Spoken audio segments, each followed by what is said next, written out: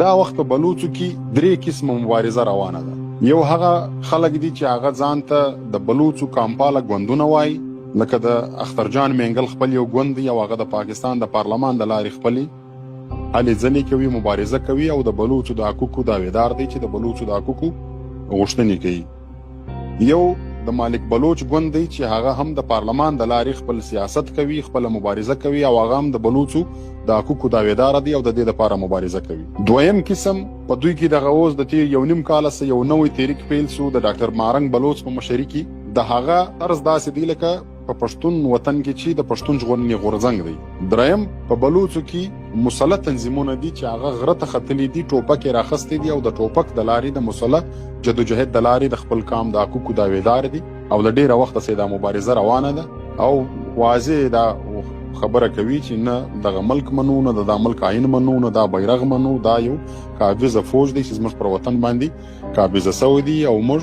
ازادي غواړو. اوس دغسې صورتحال زموږ حکوم افغان وطن کې هم دی.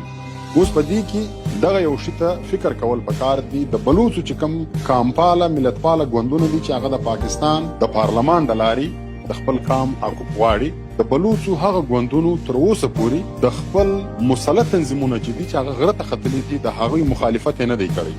نه د هغوی مخنیوی کړی دی، نه په هغوی پسې پروپاګنډه کړې ده. بدبختانه زموږ په پښتونخوا وطن کې چې موږ تر اوسه پورې یو مسلح تنظیم نه لرو. یو دغه پښتون ژغورنې غورځنګ دی چې هغه د احتجاجو د لاریونو د ولس د مزاحمت په زور باندې د خپل کام حقوق غواړي او خبره لږ سخته کوي، لږ واضح کوي، لږ سیخه کوي. زموږ د پښتانه وطن پارلماني ګوندونه د پښتون ژغورنې غورځنګ د مخالفت څخه تر اوسه پورې نه دي کلار سوي، بلکې د دوی مخنیوي کوي، په دوی پسې پروپاګنډه کوي. اوس دغه فرق دی چې بلوڅ که پارلماني ګوندونه دي، که غیر پارلماني ګوندونه دي او که مسلح تنظیمونه دي، د دې ټولو هدف یو دی او دا یو د بل په لاره کې رکاوټ نه جوړیږي او په دې باندې پوه دي چې دا موږ چې لګیا یو د دې ټولو هدف چې دی هغه د بلوچستان خاورې ازادي ده، خپلواکي ده او پر خپله خاوره باندې خپل واک او اختیار دی.